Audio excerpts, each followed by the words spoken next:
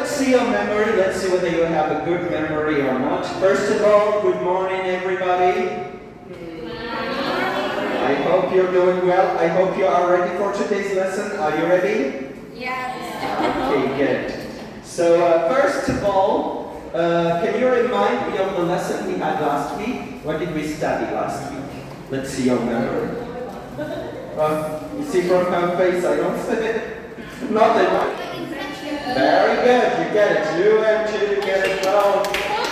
Voice inflection, like stressing, stretching, and pausing. So we studied voice inflection. We will have one last activity with voice inflection. You can find it on your handouts, the handouts I gave you last week. Add voice inflection and gestures. You need to repeat the sentence and add voice inflection and gestures. Who is going to be first? Like we need two students. Two students. Maybe no Pawan? No Pawan, you're first. You know why? You know why no Pawan? Why should you be first? I'm very shy.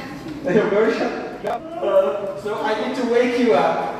Wake up, no Pawan, come. So you need to wake up. You're the first one.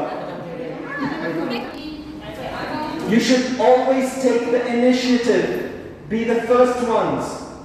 The first ones are the best ones because they dare. Don't worry, I will help you out. I will help you. I will help you. China has the world's largest population.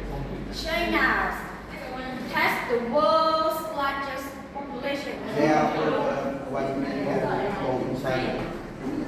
There are over 1 billion people in China. Long history.